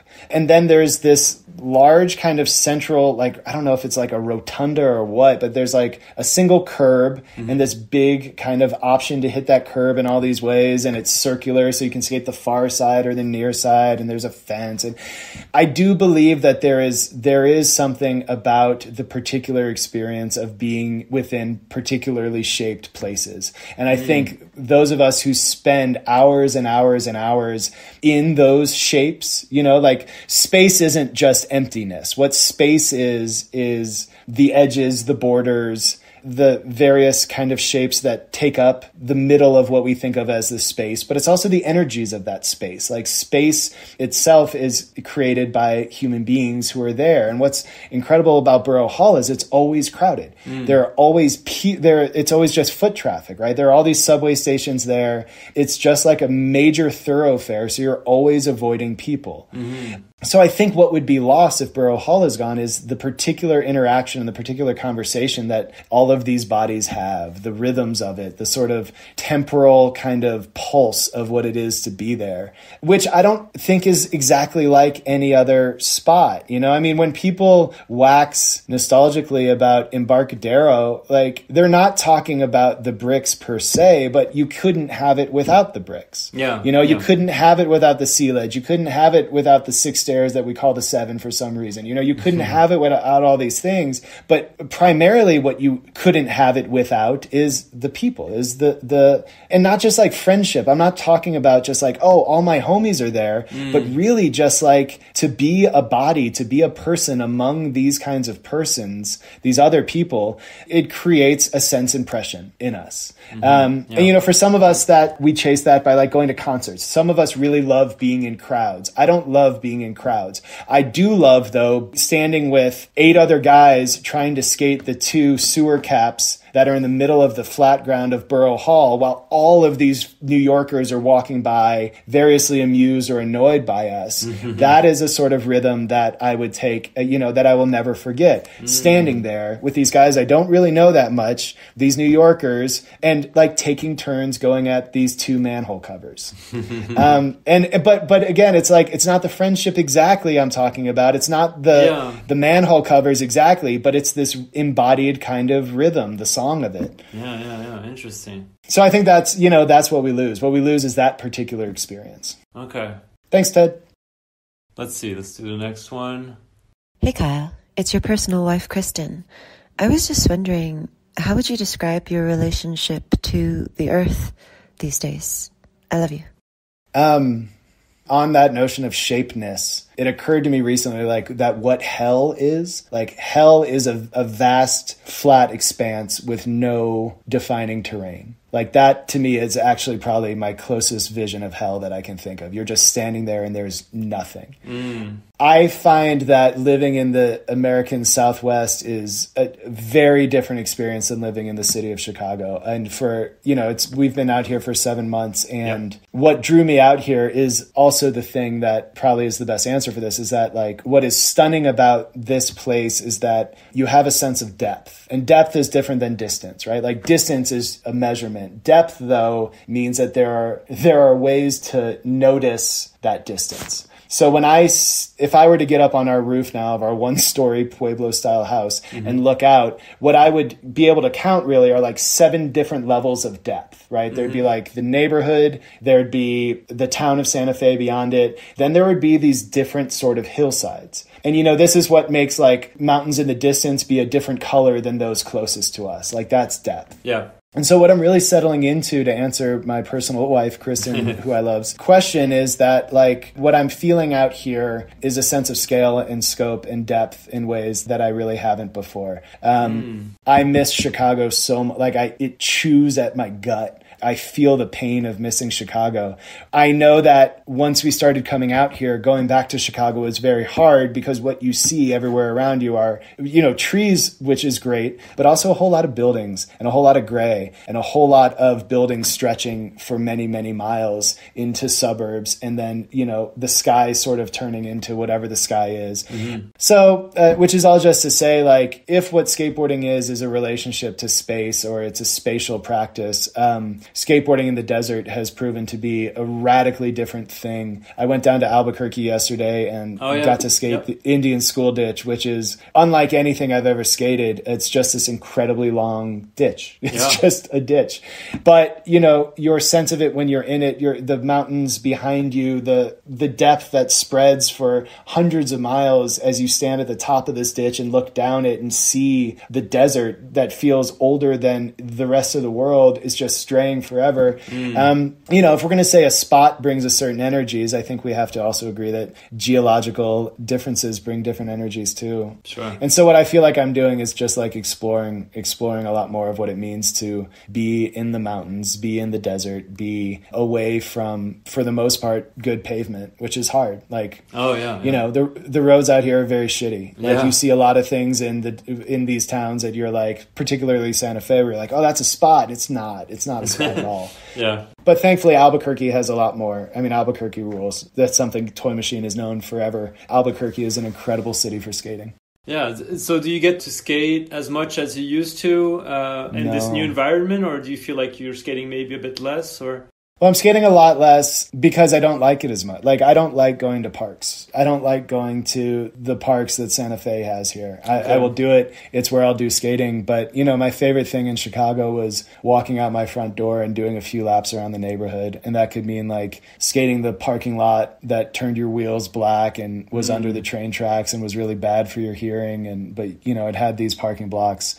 Like, what I miss is the immediacy of walking out the door and putting down a board. I hate getting in a car and driving to go skate. I hate it.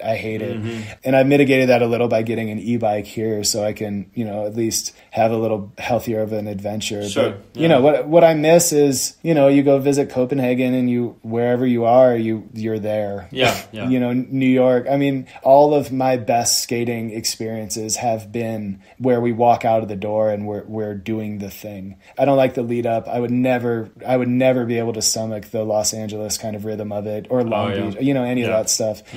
But I will say that also I've been here long enough. I've been here 7 months now where I've begun having like a local crew. Like I've met a few guys here who I really like skating with. And I can't stress enough that Noah, who runs a shop called Filter in Albuquerque, I lucked into meeting him, and he's just a great dude. And he's just part of a really, really good scene of Albuquerque skaters. And I'm really excited to be closer to that city and get to know those guys more, because they've just been, the hospitality has just been insane. Like people, it's scary. It's scary to leave a city full of the people you think of as your skate friends. I had the guys I skated with in Chicago, the people I skated with in Chicago, I will remain in my head some of the just best people. They're incredible. Dan being one of them, who asked that question earlier.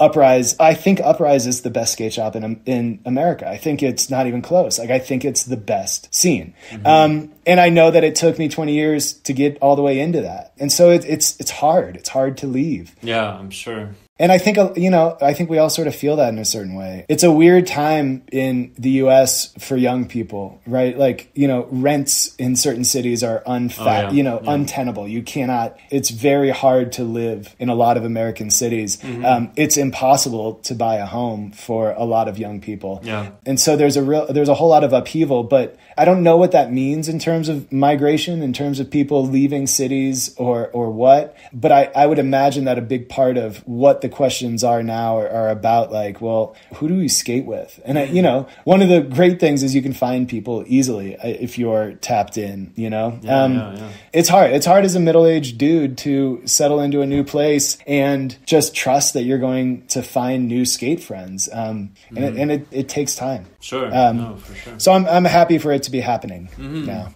You mentioned in the book, I think towards the end, you mentioned that at some point you were, I don't know how seriously you were thinking about this, but contemplating moving to Malmö in Sweden. Yeah. Or, I mean, or who maybe, wouldn't? maybe it was Copenhagen, or I think It was probably Copenhagen. I think what I said is I'll move to Copenhagen. Yeah, I've had a couple very formative experiences in Denmark. Two of them have had nothing to do with skating, have just been about writing retreats in the far north, in the kind of much more rural part of northern Denmark, which is beautiful, and I've gotten a great deal of work done there.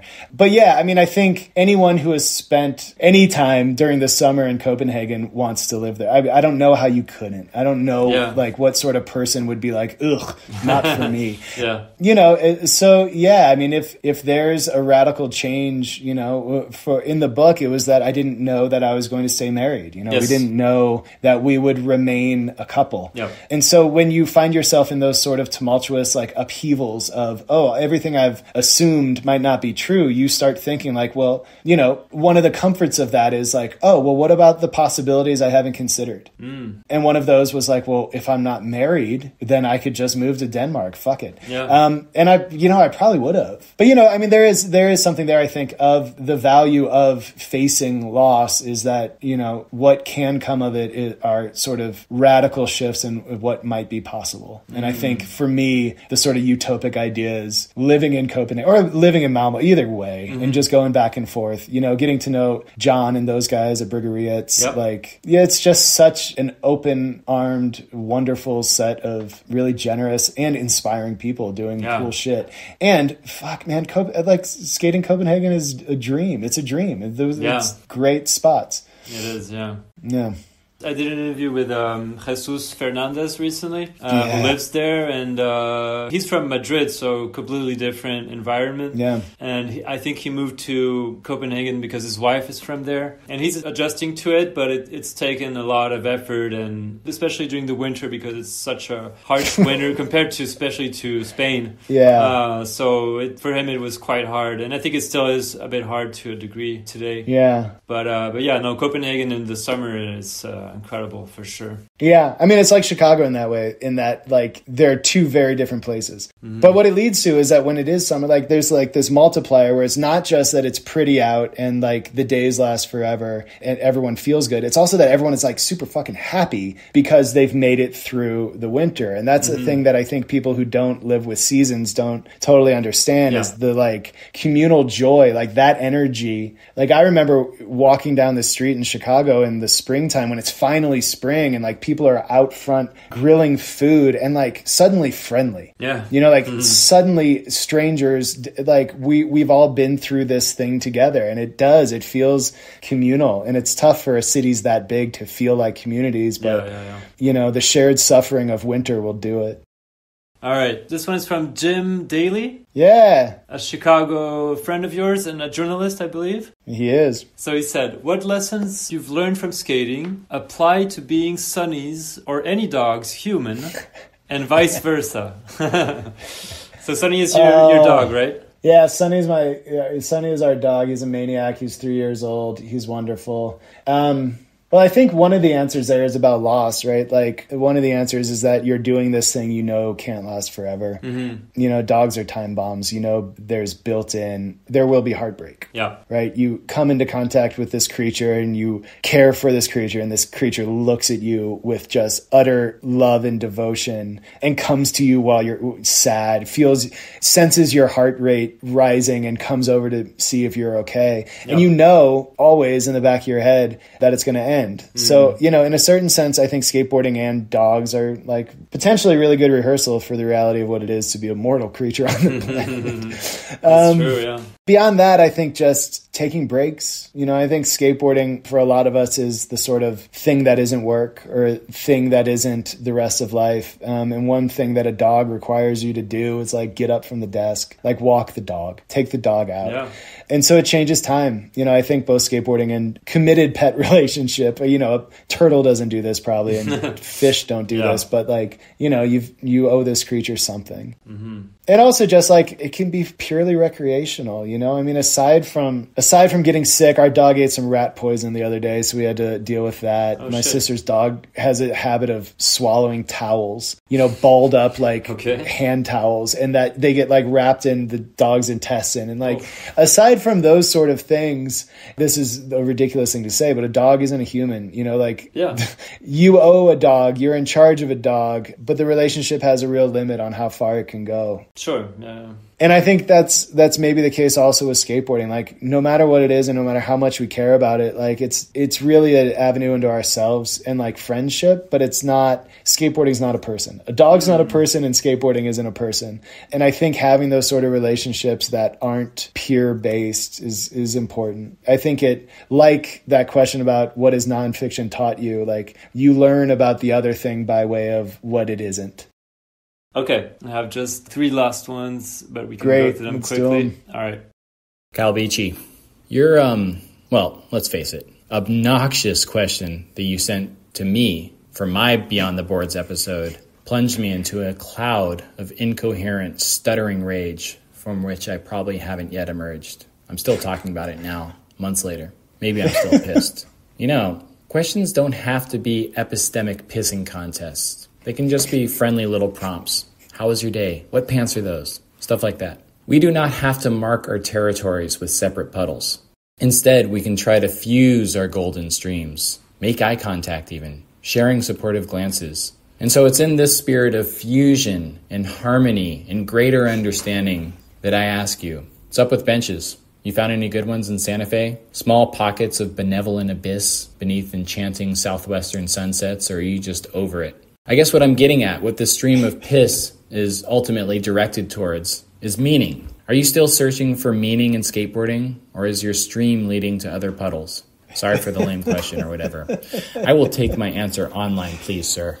I just want to make clear that the question to which Ted is referring there was, has your immense skill as an analytical, critical thinker, has that ever failed you? Like, what is a time when you've been overwhelmed by beauty? Which, you know, I understand is a terrible question to ask someone who thinks of art as seriously as Ted does. But really what I wanted to ask is essentially what Ted is asking me, which is like, where do you find beauty right now? I would say, thank you, Ted, for that question. I fucking love Ted Barrow. Also, I'm sorry for all the cussing this morning. No worries. No bench. I mean, Santa Fe is not a bench town. There's not a good bench to be found here. There are no benches. I have no benches that I skate here.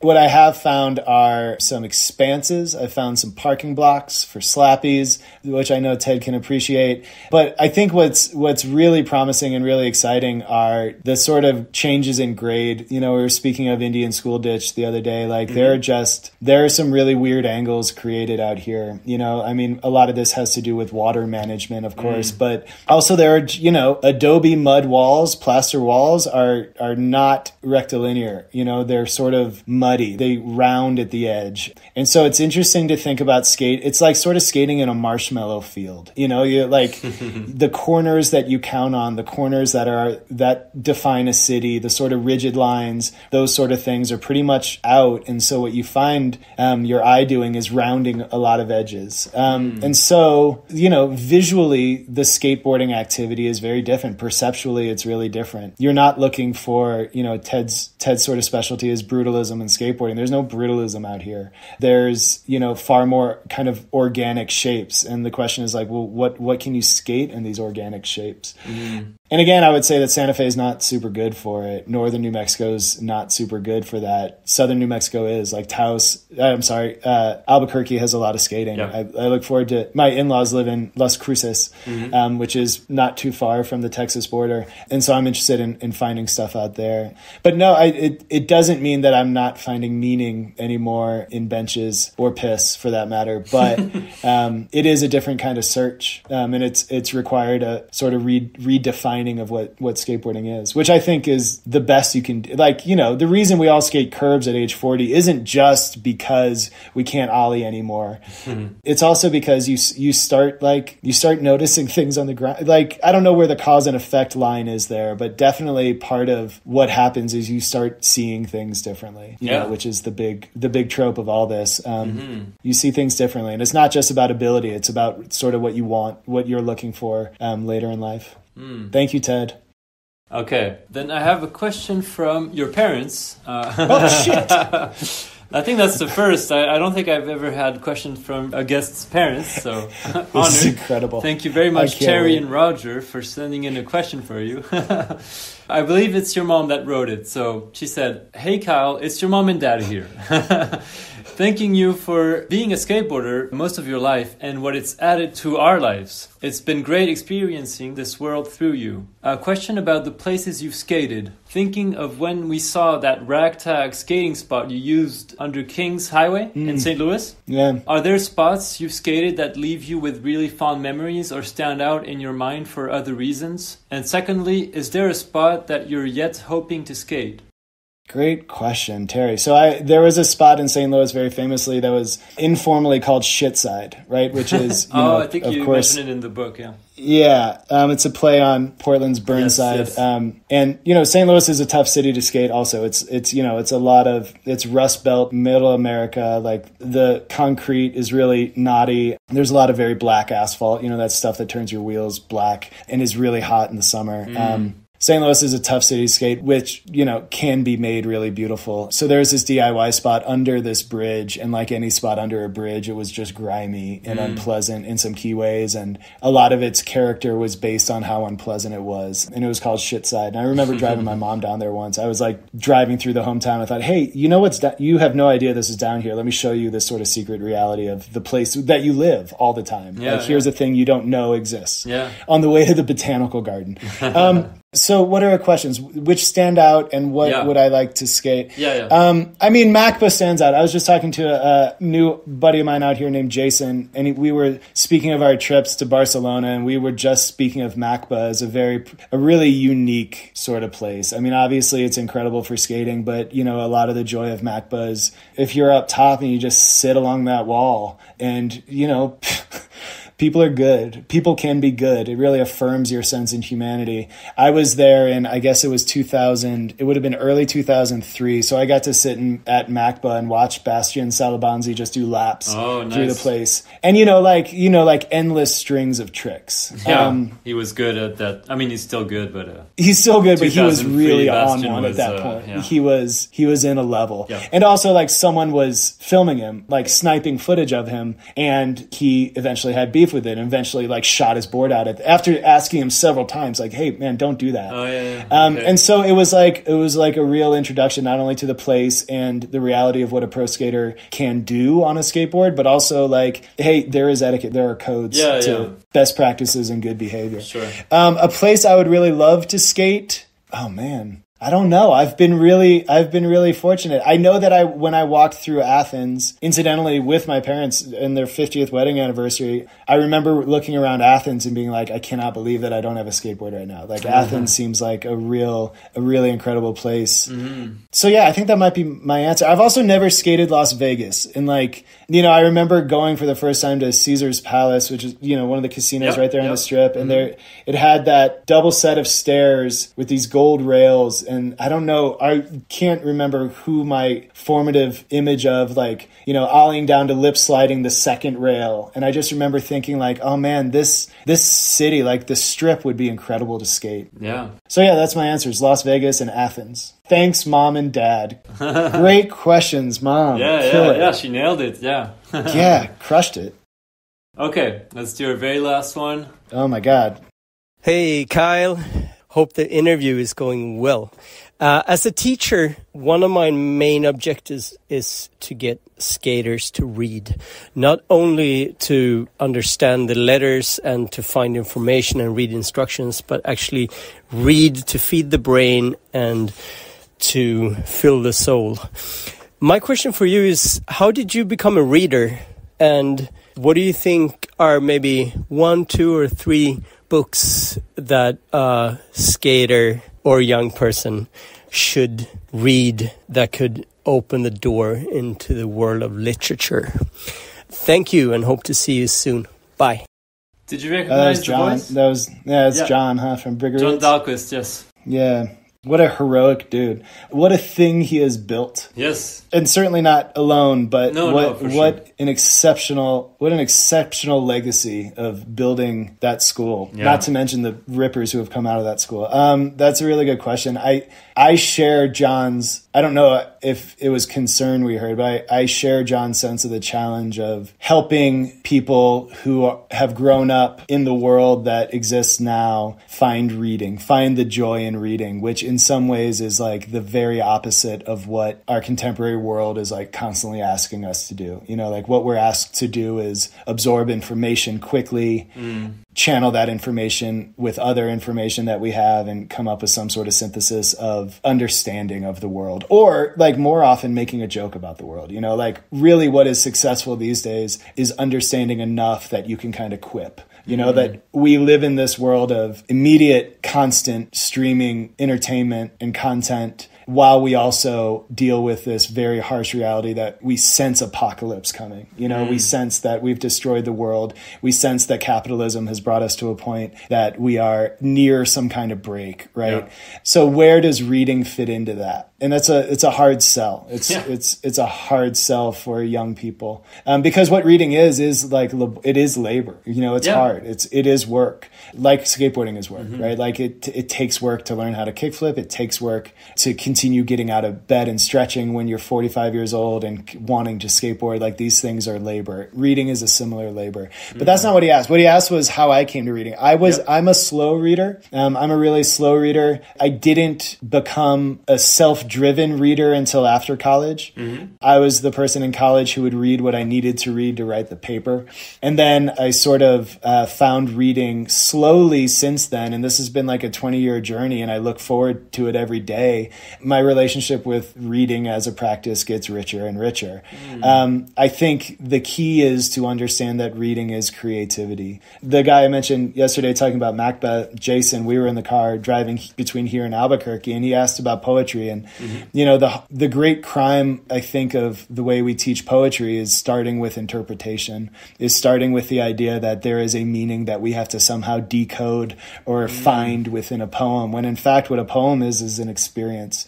It's a unique, brief experience with sound, language, and image. That's it. It's like listening to a song. You know, no one's going to put on the Beatles and be like, okay, now write 5 pages about what help is about. You know, like, please, please me. Like, what could that mean? You know, it's like, no, what we're doing is we're reveling in the experience of being exposed to these words in this order with these kind of images, and it moves us in this particular way, and then we're on to this other thing. That's what a fucking poem is. And that, I think, is maybe the key to understanding for me, like, what reading is as well. Reading is a creative act. Reading is a thing that I don't do without a pen and paper nearby. Reading is what fills in for me my real dearth and lack of creativity. It's stimulus. It's not a task. It's a stimulus. It's like, you know, it's like eating a meal. It's like going for a walk. It is a thing that we can think of as work. And once we do, we don't want to do it. You know, there are times I hate eating because I'm like, oh, I'm doing this thing. I don't want to have to stop for lunch. Or like, oh man, I've had such a good day. I don't want to stretch before I go to bed. So you can see the same thing very differently, obviously. And I think a lot of what reading is coming to understand that it's there for you. That's it. That's all it is. There's no test. There's no like pass fail. There's no, did you get it? That's out. Like what it is what do you get? What do you get from this? What does it do? What does it make you think of? What does it make you smell? What does it remind you of? That's what reading should be.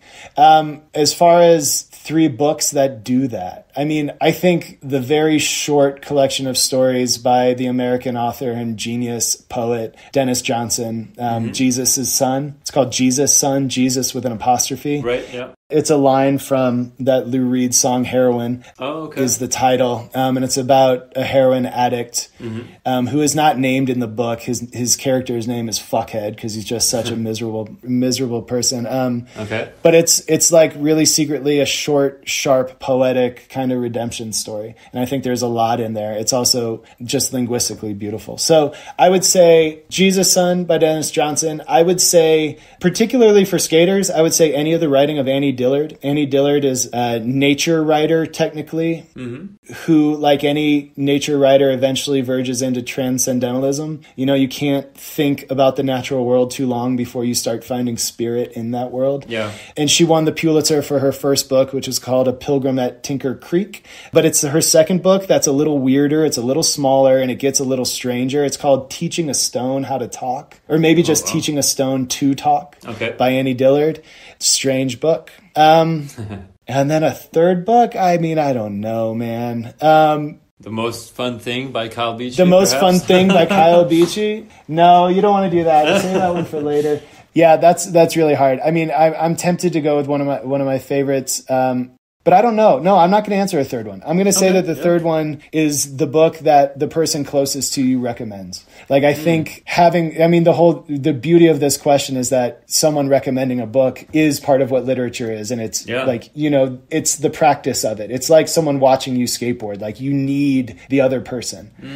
Reading doesn't have to be a solitary act. So I would say the third book I would recommend is the book that the person who you happen to be in touch with might recommend to you. Yeah. So I don't know if that's cheating, but it's a good question, John. Well, yeah, let's wrap it up here. We could, I feel like we could talk forever, but we've been talking for long enough.